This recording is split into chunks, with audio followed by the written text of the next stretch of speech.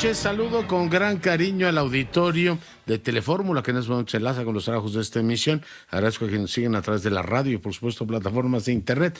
Hoy se conmemora a las víctimas de actos de violencia basados en temas religiosos o creencias, ¿no? El fanatismo. Y bueno, pues hay muchas víctimas. Aquí en México hay víctimas de todo tipo. Un nuevo asesinato, en este caso a otro periodista, director del periódico La Realidad, Freddy Román, asesinado en la capital de Guerrero, allá en Chilpancingo. Hace poco tiempo su hijo también fue asesinado. Es, por supuesto, información que el día de hoy se genera. Fíjese que en más temas, el presidente anuncia que México va a denunciar ante la ONU al mecanismo COVAX debido al adeudo de vacunas por $75 millones. Es lo que dijo el presidente esta mañana. No hay una claridad meridiana. Estamos tratando, por supuesto, de que ese reno se aclare ante quién van a demandar a COVAX o de qué manera se va a proceder. En más información, notifican a Sedena de 20 órdenes de captura en contra de algunos de sus integrantes. El ex procurador Murillo Karam no podrá ser efectivamente incomunicado. Le conceden suspensión para evitar que tenga tal circunstancia.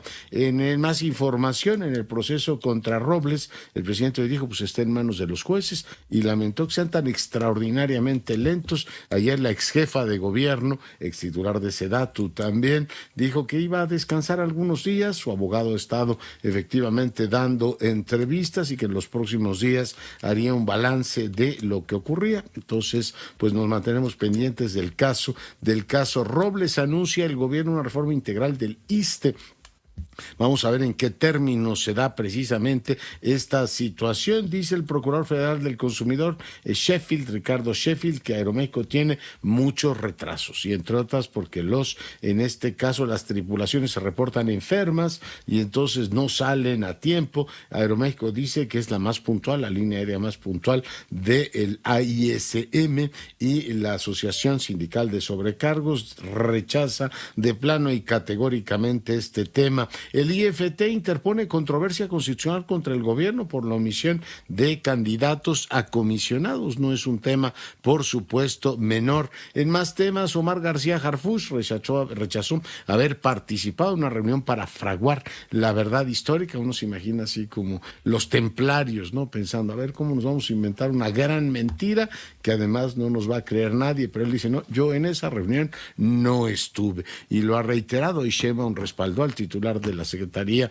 de Seguridad, también el presidente de la República. Le comento que en más información hoy El País publica que la doctora Sheinbaum suma a su equipo de comunicación Antoni Gutiérrez Rubín. Él es un estratega, digamos, de político, estratega de campañas español, que ha estado con Gustavo Petro, también veía en su currículum, estuvo cerca del presidente Fernández allá en Argentina, un comunicador internacional, y ya viene a reforzar a Claudia Sheinbaum, quien este fin de semana estuvo haciendo campaña, bueno, la campaña que no es campaña, allá en Campeche, donde fue recibida por todo lo alto, y veía en prensa que también el hermano del presidente dice, Tabasco ya habló y va a ser Claudia, así es que, bueno, pues en este caso refuerza con Gutiérrez Rubí a su equipo. En más información, Morena dice que hay una campaña negra en contra de Delfina Gómez y piden investigar a quien llamaron a un delincuente electoral, un diputado. También expuso expresiones, dicen, misóginas.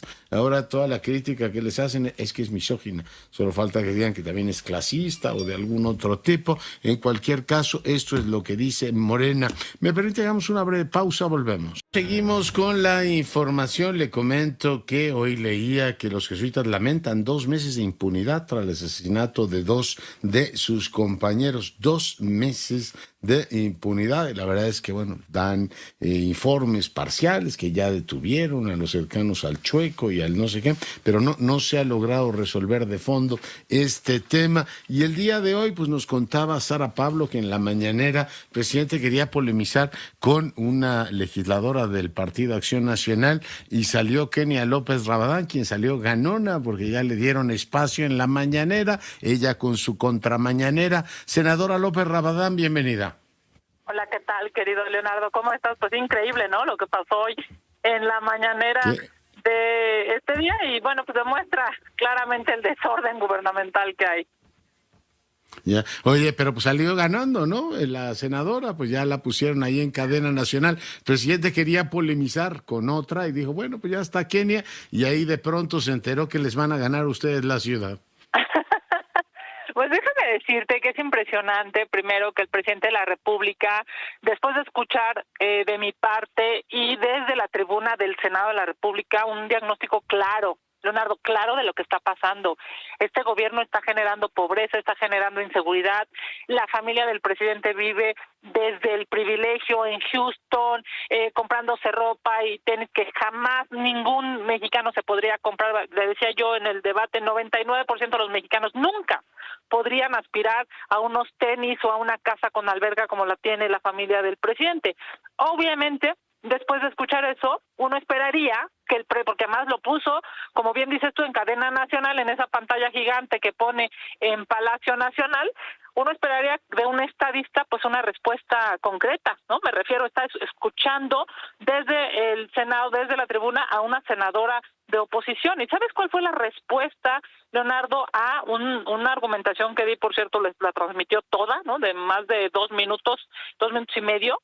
La respuesta del presidente fue zafo, así como lo escuchas. Es una vergüenza, me parece, que esperando pues un diálogo, un debate, una confrontación de ideas, pues el presidente lo que tiene a decir después de más de 2 minutos de argumentación es decir zafo. Claramente estamos viviendo, yo diría, uno de los peores gobiernos, lamentablemente en medio de una crisis económica y de una pandemia terrible.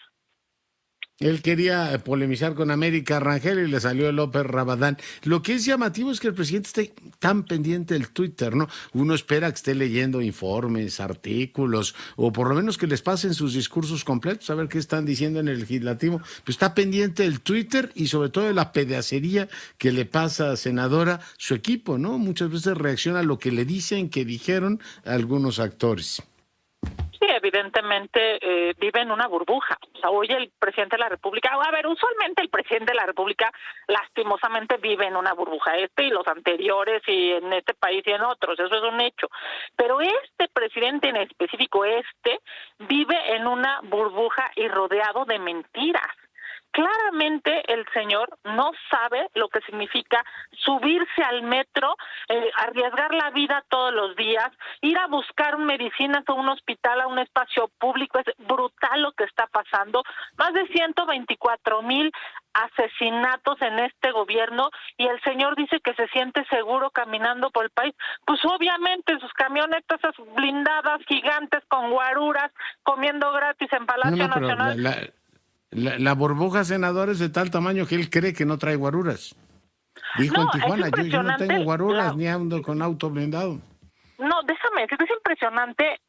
Primero, o miente de manera, digamos, deliberada, ¿no? Brutal, o la realidad ya no la conoce. O sea, el problema es que hoy el presidente de la República, ¿te acuerdas de esas consignas que antes hacía haciendo oposición y esa defensa de las necesidades del pueblo de México? Pues se les olvidaron a él y a todo su séquito una vez que cobran, bueno, unas cantidades brutales que han hecho empresas, están haciéndose multimillonarios, están gozando de todo aquello que, por cierto, le están quitando a los mexicanos. Evidentemente el presidente de la República hoy lo que demuestra, porque además, o sea, mi argumentación es una argumentación que tienen millones de mexicanos, Leonardo, a lo largo y ancho de este país, y no hay medicinas, hay una inseguridad brutal, quienes rodean al presidente están viviendo una cantidad de privilegios que nadie más puede vivir, y que a ese diagnóstico claro de millones de mexicanos el presidente diga zafo, pues demuestra que no tiene ni intención de arreglarlo ni forma, digamos, de entender el problema. De cualquier manera, te quiero decir, yo hoy lo convoqué a un diálogo abierto, a ver, que él defienda sus posiciones y yo defenderé las mías en el Senado de la República, pero que asista, porque ya basta de... ¿Qué es eso, mañanera versus contramañanera? Pero en directo, ¿no? A ver, nosotros, o sea, bienvenido al Senado de la República. ¿Sabes cuántas veces ha dialogado con la oposición, con el Senado de la República? Nunca. Nunca, ¿no? Vamos, ya tiene 4 años y nunca se ha sentado con los legisladores de oposición. Ni a la Belisario Domínguez quiso ir, ¿va? ¿Te acuerdas? porque él piensa que debatir es presentar un video o un Twitter y después darnos con todo. Hoy, la verdad es que se llama karma, ¿no? Hoy todo mi video lo tuvo que escuchar y, por cierto, pues le ha dado una publicidad impresionante. Hay tweets que tienen más de 1 millón de vistas y no ha acabado el día. Millones de mexicanos hoy verán ese discurso que claramente, Leonardo, representa el sentir de los mexicanos. Ya. Pues, senadora, muy agradecido por el enlace. Muy buenas noches. Un abrazo a ti y a tu auditorio y a seguir, por supuesto, defendiendo a México. Un abrazo, bonita noche. Gracias. Bueno, la Senada del PAN, hoy el presidente quería otra cosa y le picaron ahí el play y salió, digo, nos pasa en todos los programas en vivo, ¿no? Que de pronto dice, vamos a escuchar al gobernador de, dirá de qué entidad, y de pronto sale el procurador general, ¿no? Del consumidor. Eso nos puede pasar a cualquiera, pero sí, al presidente le pasó. Digo, a ver, que pongan esta señora que andaba diciendo a los derechos humanos y tumba que le sale López Rabadán, y bueno, pues ya la escuchó usted, el efecto es este. Yo subrayo y no me extiendo en el asunto, porque ya lo escribí el día de hoy. Sí me inquieta que el presidente reaccione a Twitter. No por otra cosa, sino porque pues es ver la visión más sesgada y más directa, como de refilón, ¿no? En vez de ver el partido en general.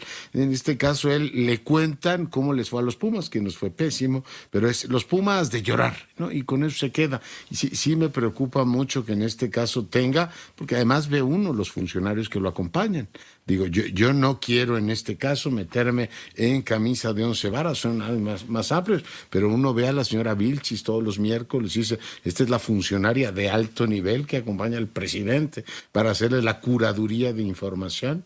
Pues más bien el ánimo ahí es cómo le hago para, en este caso, confrontar políticamente, porque meten ahí en el mismo saco a líderes políticos que en este caso, comunicadores. Y ya mezclan lo que es la opinión del gobierno y condenan las opiniones de los otros en vez de desmentir, decir, oiga, yo entiendo que si hoy el Universal público, déjeme ponerle este ejemplo, ganan líneas de bajo costo de Estados Unidos en México por degradación aérea, y crece Frontier, y crecen algunas más, que ellos digan, no, esto no es exactamente así, pero déjeme ir un poquito más lejos. Debería salir el subsecretario Jiménez Pons o el secretario de Comunicaciones, que no sé si haya secretario de Comunicaciones, o el de Aviación Civil, no con ánimo de pelearse con nadie, sino decir, oiga, yo quiero aclararle, porque así se discute, creo yo, en una democracia normal, que lo que dice el periódico, la nota de Sara Cantera, no es exactamente así, o bien, si quieren polemizar,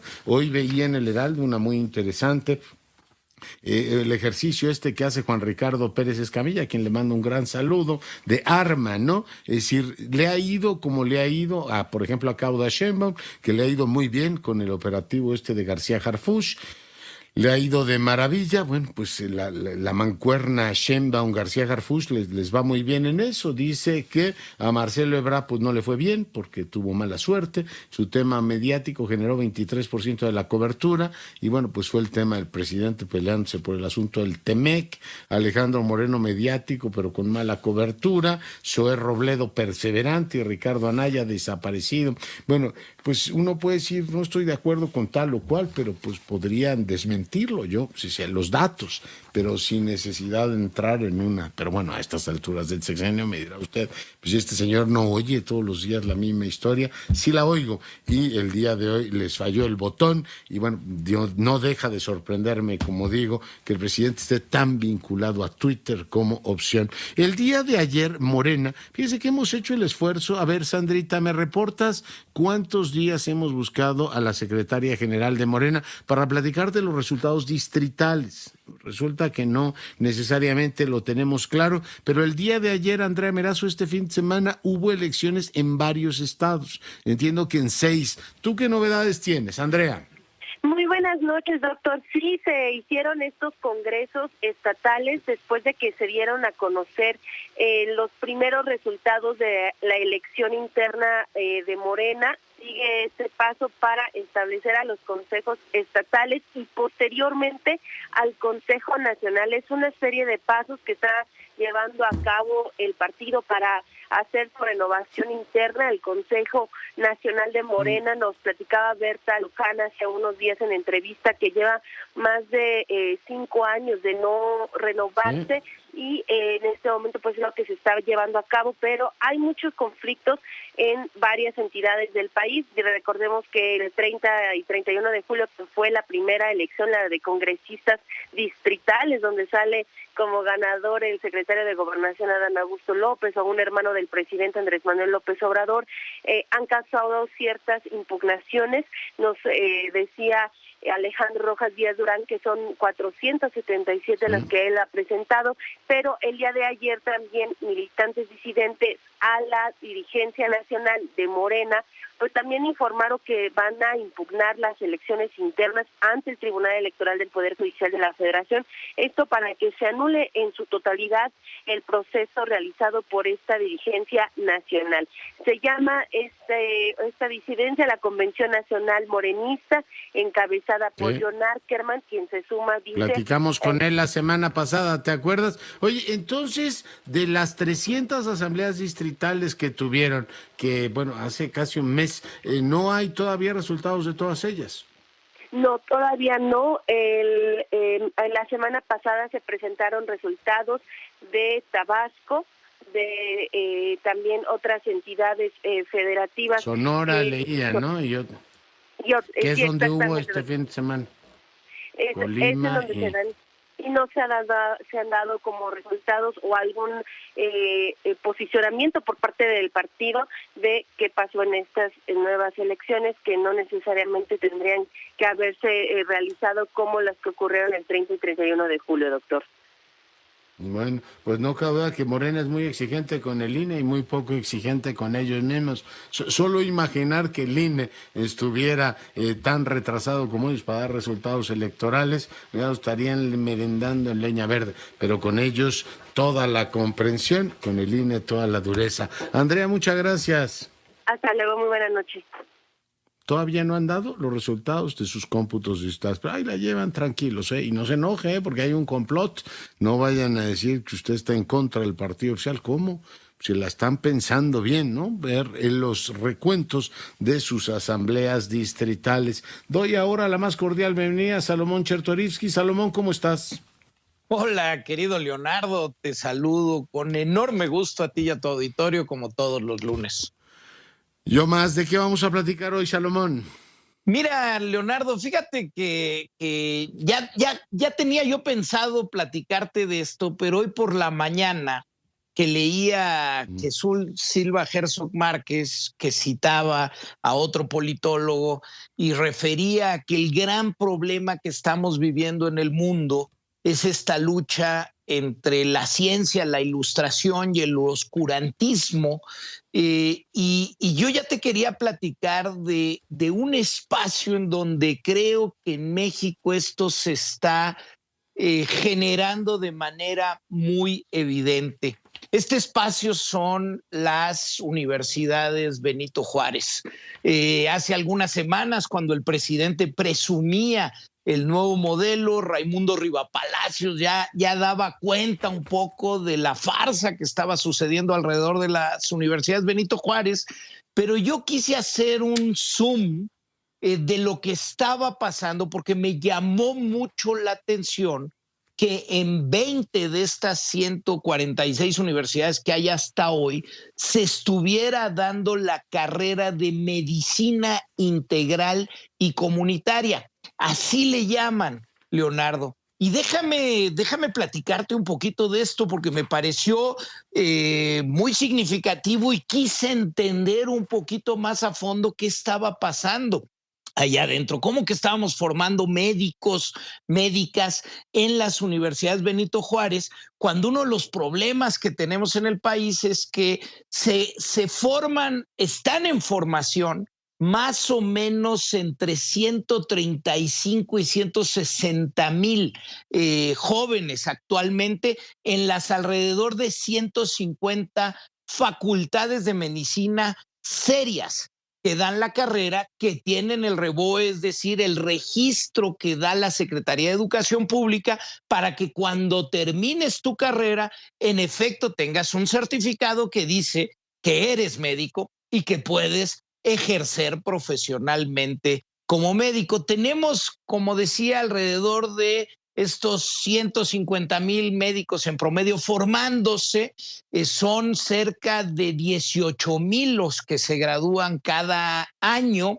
De todos los médicos, más de 300,000 que tenemos hoy en nuestro país, 7 de cada 10 son médicos generales, 3 llegan a poder hacer una especialidad, pero para formar a un médico general, por ejemplo, en la Facultad de Medicina de la UNAM, un alumno va a tener que cursar 5 años más el internado, más el servicio social, es decir, en promedio 7 años de formación.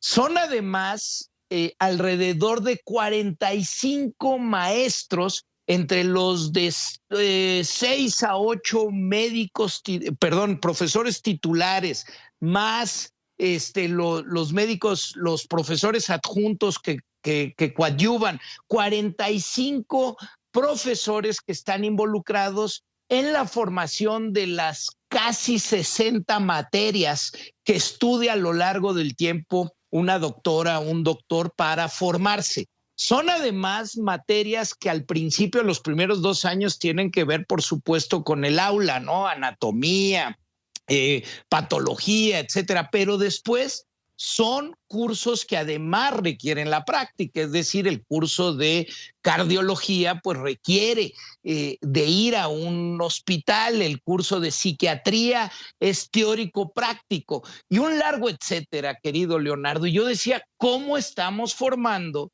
estos médicos en 20 universidades Benito Juárez y qué va a pasar con ellos? Lo primero que te puedo decir es que estas universidades no tienen el REBOE, es decir, no tienen registro de la SEP.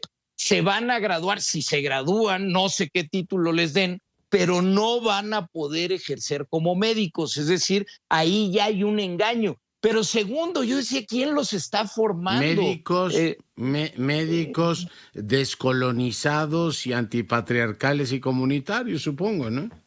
Sí, Leonardo, pero déjame contarte cómo los están formando, porque yo decía, pues ¿quiénes van a enseñar? Necesitamos un montón de profesionales educando, y ese es el problema para poder crecer la matrícula de manera importante, porque en efecto necesitamos más médicos y médicas en nuestro país, pero no es como sacar la varita mágica y formarlos. Mira, te hablaba de 45 profesores que forman a los médicos en la UNAM. Bueno, en las universidades Benito Juárez a los médicos los forman como a todos nosotros quienes nos escuchan nos formaron en las primarias.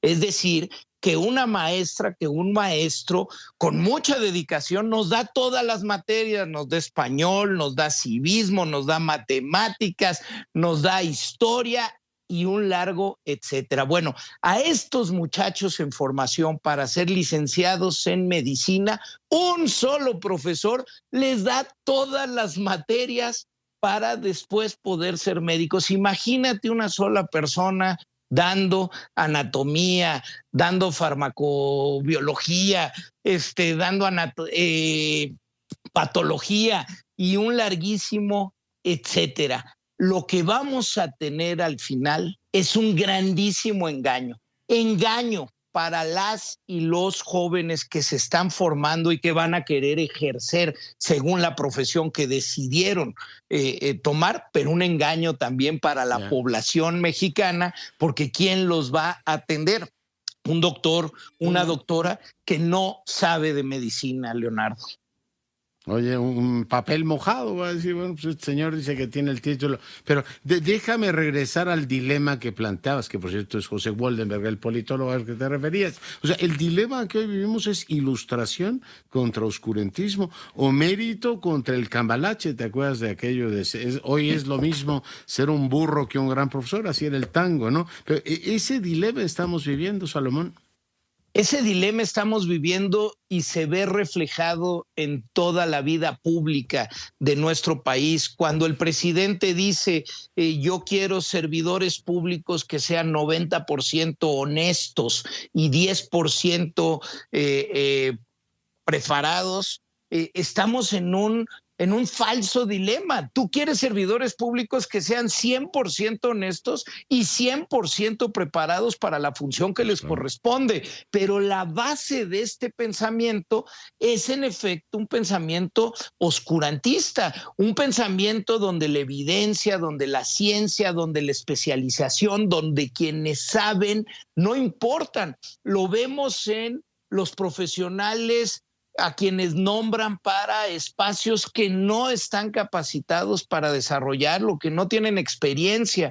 Y por supuesto, pues ese es un círculo vicioso que va generando malas políticas públicas, malas decisiones, y pues al final de cuentas, pues ahí estamos enredados en un mundo muy oscuro. Hay que decirlo, Leonardo, en México y en muchos países donde el populismo oscurantista de derecha o de izquierda ha llegado y se ha convertido en un mantra. Vaya, hay que recordar que el presidente Donald Trump decía que él no creía en el cambio climático, que era un invento de los chinos, o que no hay que vacunarse, ¿no? Bueno, eso también nos lo decían aquí en México, un secretario de salud, que no había que vacunar a los menores de edad.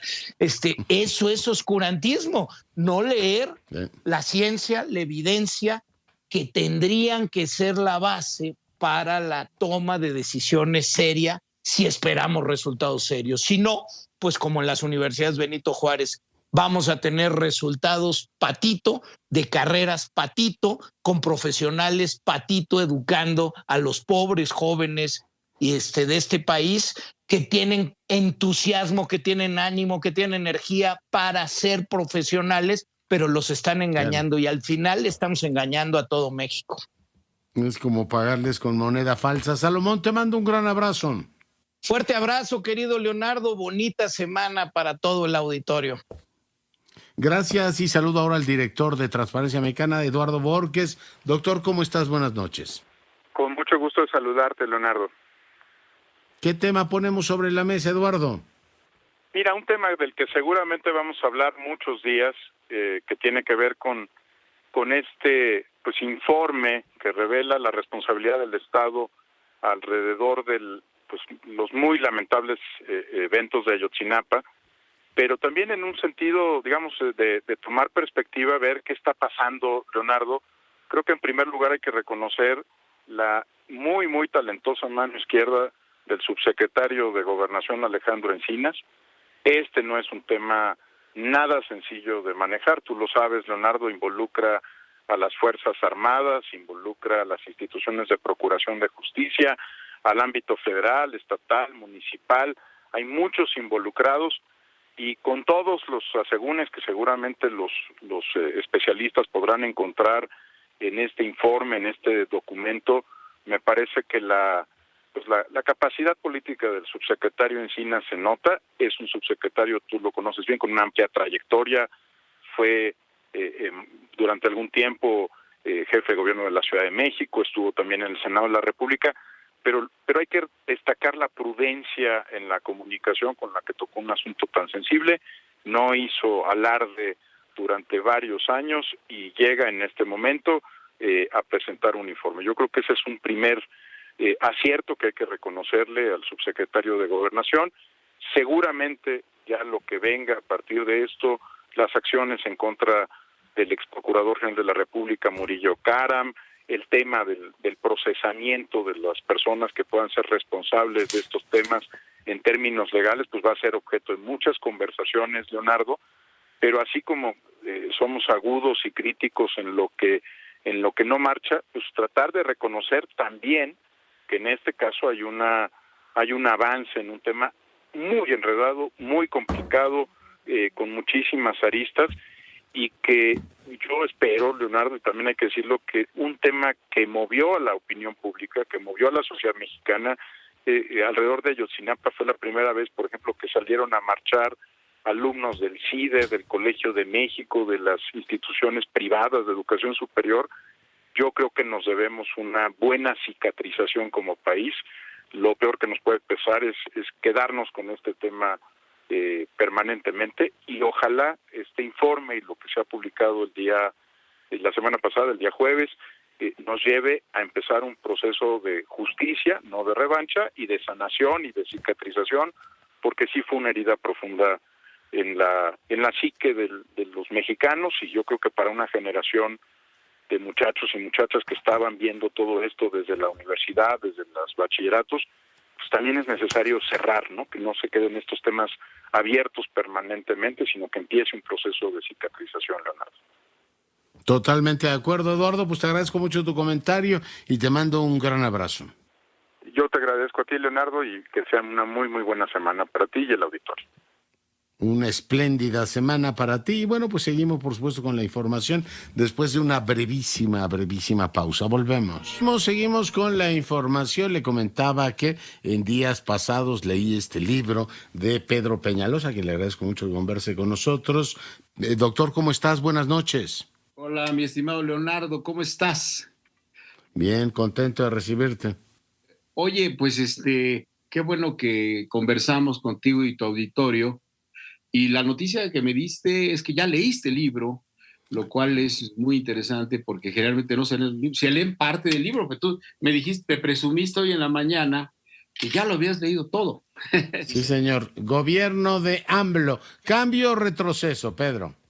Sí, bueno, el libro es una radiografía del gobierno de López Obrador. El libro arranca su análisis desde el 1 de julio de 2018 hasta mayo de este año, es decir, el corte es muy aproximado a nuestros tiempos, lo que hace que pudiéramos discutir todos los temas de la agenda nacional. El libro contiene la parte política, por supuesto, pero contiene análisis del presupuesto de este año, las perspectivas de presupuesto, guarderías, violencia contra las mujeres, los jóvenes, desarrollo social, etcétera. Todo bajo un enfoque crítico, es decir, yo creo, al escribir el libro lo hice obviamente con parámetros académicos, como debe ser, conceptual y teórico, pero mi interés era combatir esta narrativa que tiene el presidente López Obrador con una frase que iba a cambiar de régimen.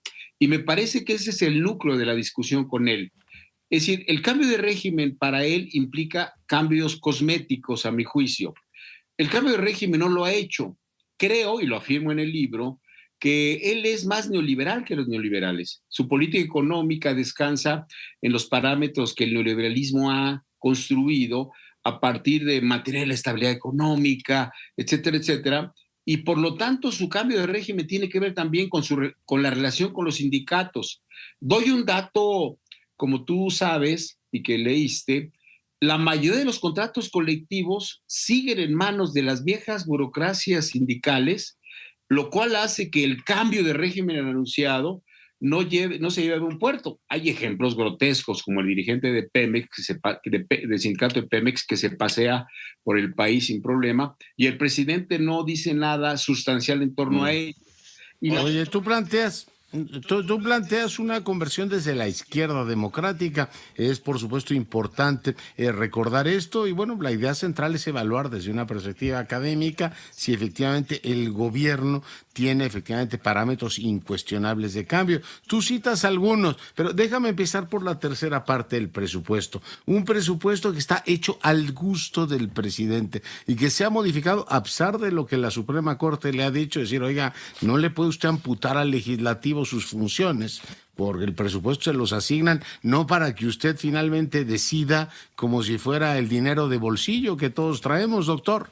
Sí, mira,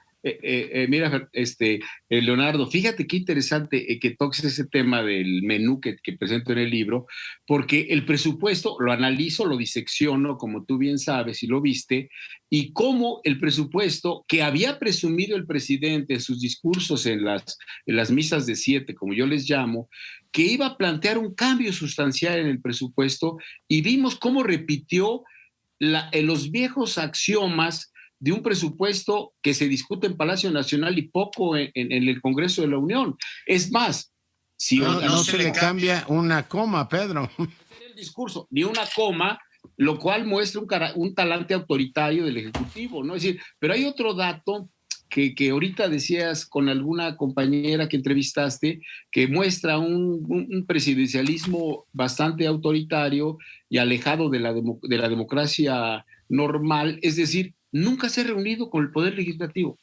Es decir, el titular ejecutivo nunca ha dialogado con los miembros del Poder Legislativo para intercambiar opiniones. No quiere decir que ceda, sino intercambiar opiniones entre dos poderes.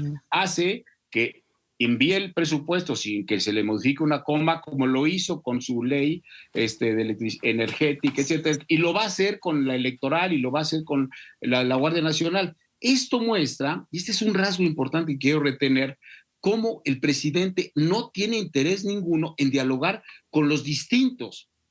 Es decir, no hay ese interés de un presidente que viene de un segmento, no voy a llamar de izquierda, porque yo creo que no es de izquierda, sino un segmento progresista.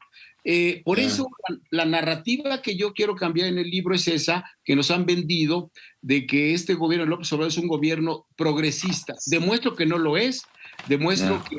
Y bueno, perdóname, te lo digo en 2 segundos, la parte de la militarización es grotesco, que una izquierda, que esos mismos que están junto a él, que se oponían hace unos meses a la militarización, hoy se han convertido en apoyadores de esta lógica. Entonces... Oye, les parece fantástico. Pero a ver, déjame ligar 2 temas. Desde los desplantes y promesas falladas, tú decías, no habla con la oposición. No, ciertamente no habla, la minimiza cada que puede, dice que están derrotados, pero tampoco habla con los propios. O sea, empiezas un gabinete, tú dices, con variaciones. Así arranca el sexenio. Hoy tienes un gabinete absolutamente plegado y en muchos casos silente, ¿no? Por otro lado, tienes un Congreso listo para la cargada, o sea, ¿de qué se trata, presidente? Que estamos de acuerdo, ni siquiera habla con los propios, y lo ligo con esto de la cuarta parte, ¿no? ¿Cuál es el modelo de gobierno? La izquierda estaba acostumbrada un poco para decir, por lo menos preguntar, ¿voy bien, Camilo? ¿Te acuerdas de aquella?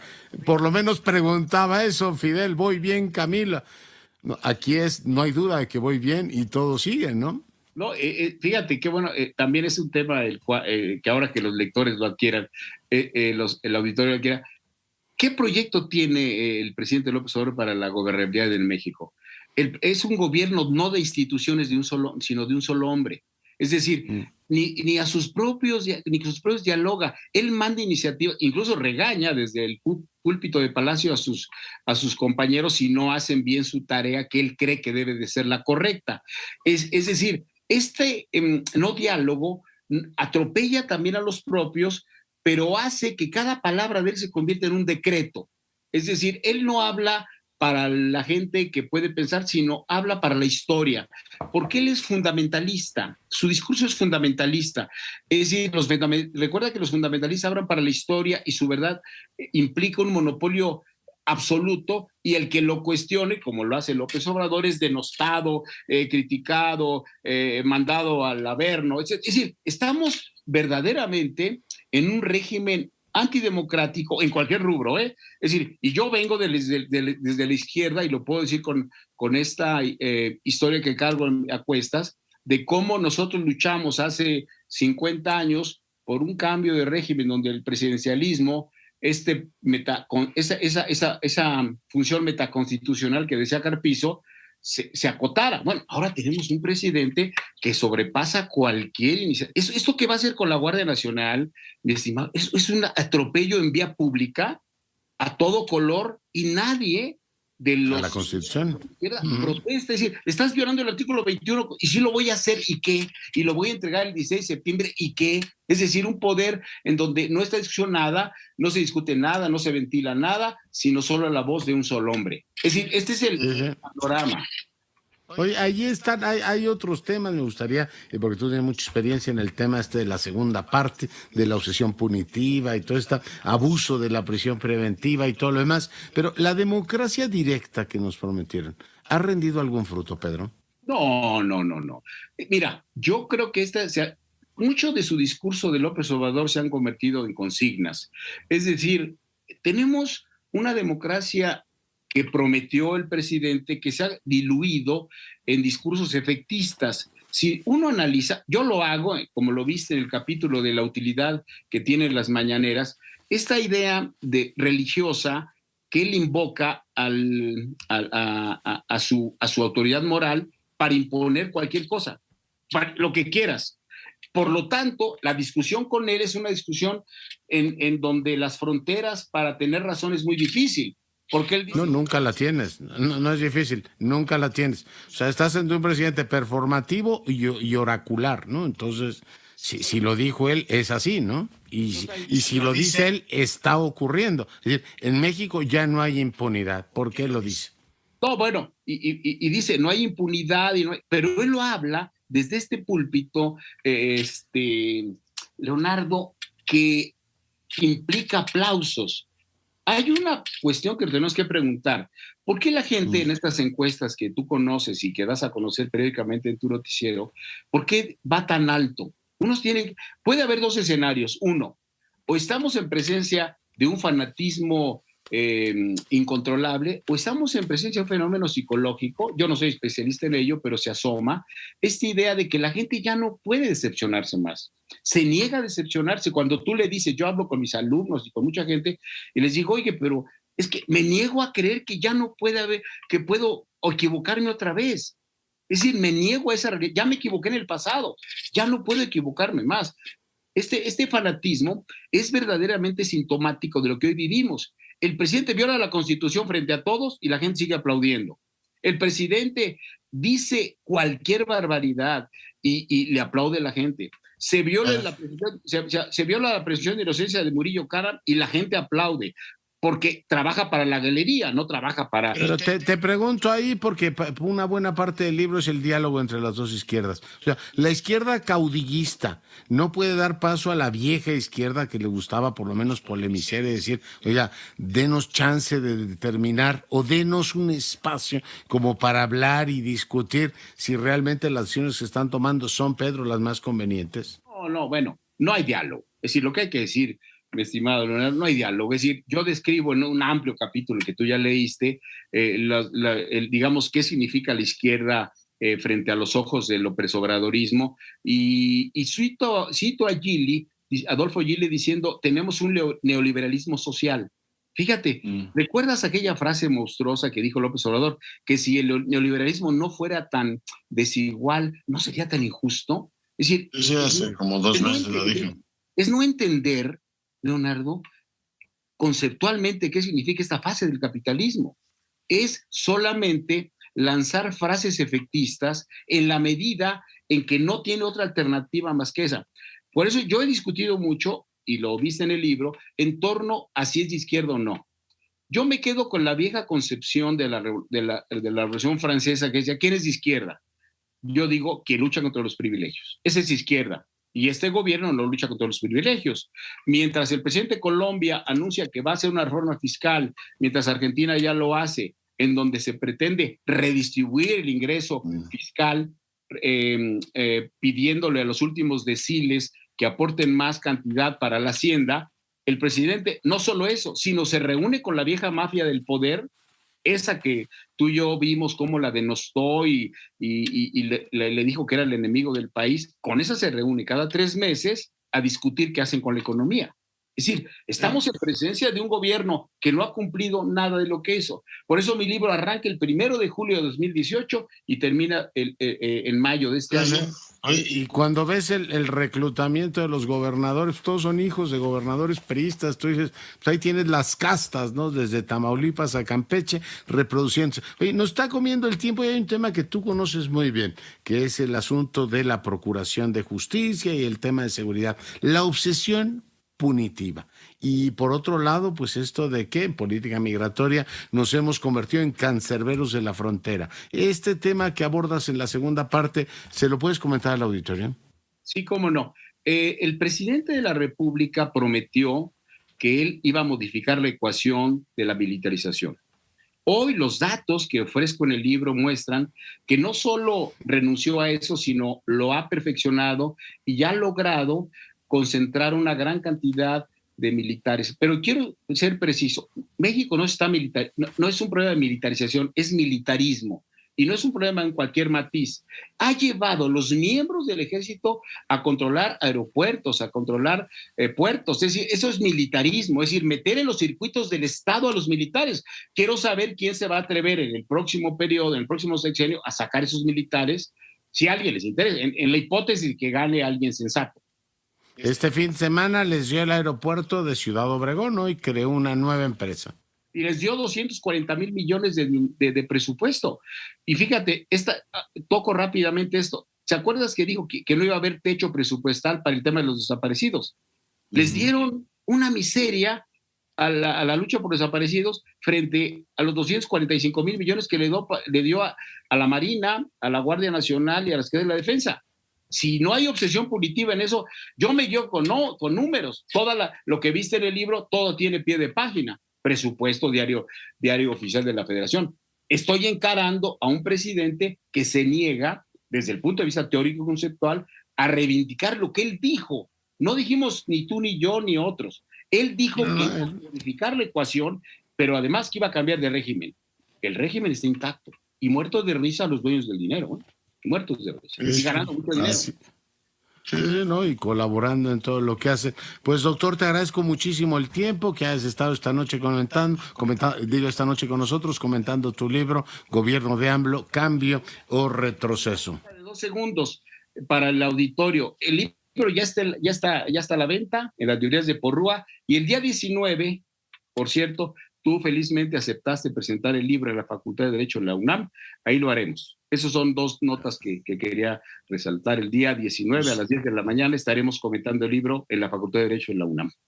Ya lo estaremos haciendo. Pedro, muchas gracias. Un abrazo. Buenas noches. Abrazo en esa hospitalaria casa que es la Facultad de Derecho. Vamos ahora contigo, Jenny Valencia. Gracias, Leonardo. Te comento que el SAT anunció que ampliará el plazo para la obligatoriedad del uso de la factura con complemento carta aporte hasta el 31 de diciembre de este año. Originalmente la prórroga era hasta el 30 de septiembre, ahora se extenderá por 3 meses más. El SAT comentante precisó que durante esta nueva ampliación del plazo no se aplicarán multas ni sanciones a los contribuyentes del sector transporte que no cuente con el documento. Es la información, Leonardo. Excelente noche. Oye, gracias, Jenny. Preguntarte también, las consultas por el tema del TEMEC que empiezan mañana, ¿verdad? Así es, ya prácticamente desde mañana ya todo está listo, tanto técnicos como abogados de los 3 países se reunirán de manera virtual en esta primera consulta en materia energética que presentaron los gobiernos de Estados Unidos y Canadá en contra de México por violar el acuerdo trilateral. Y comentarte que pues sí, la dependencia adelantó que la segunda consulta será presencial y se llevará aquí en la Ciudad de México aproximadamente en 15 días. Por lo pronto mañana inicia esta primera consulta en materia energética en contra del gobierno mexicano en el marco del TEMEC, Leonardo. Muy bien, pues muchas gracias por el reporte. Buenas noches. Y bueno, con esto nos vamos. Yo soy Leonardo Curcio, le agradezco su compañía. Tenga usted una semana espléndida y sea rabiosamente feliz. Se lo merece.